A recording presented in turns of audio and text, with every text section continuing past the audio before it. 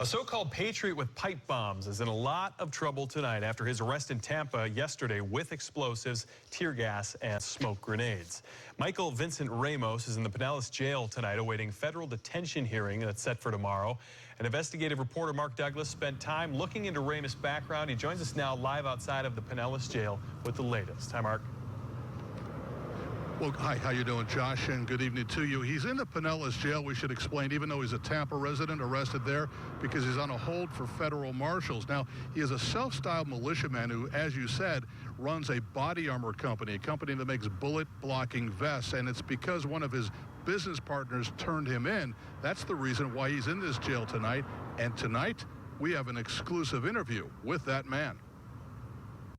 Patriot Armor is a law-abiding company. Ken O'Neill insists he and his brother run a legitimate business in Largo selling body armor to police, firefighters, militia members, anyone who can legally buy bullet-blocking gear. 24-year-old Michael Ramos is president of the company and their partner. But O'Neill tells me when he spotted pipe bombs inside Ramos's Tampa duplex 2 weeks ago, that changed everything. We just simply cannot be associated with someone involved in illegal activity. O'Neill tells me he lured Ramos out of the duplex Monday so federal ATF agents and Tampa police could arrest him and raid the apartment without any violence. Agents say inside they found 8 homemade pipe bombs, an AK-47, a handgun, tear gas, and smoke grenades. Ramos's landlord lives right next door. When the federal agents came here and said there were pipe bombs in there, you must have been shocked. Definitely, yeah. I'm very shocked. O'Neill claims that Ramos's fiancée is now making death threats against him and his brother, so they spent today filing injunctions against her. Ramos told federal agents he's associated with a group called the U.S. Patriot Army and voiced anti-government feelings after his arrest. O'Neill insists he likes Ramos, but turning him into the ATF was the right thing to do.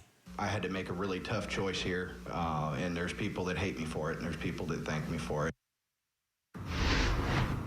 O'Neill told me that his greatest worry was that somehow Ramos would die in a gun battle with the ATF if things went wrong during that raid. And despite his concerns about the pipe bombs, as you just heard, he really likes the guy. He knows him well, has worked with him, and he's kind of fond of him, he says. Josh? Boy, an interesting scenario there. Had to be tough on both sides. But what is next now for Ramos? Well, tomorrow he will appear in front of a federal judge who will decide whether he can get bail to get out of jail and how much that bail should be.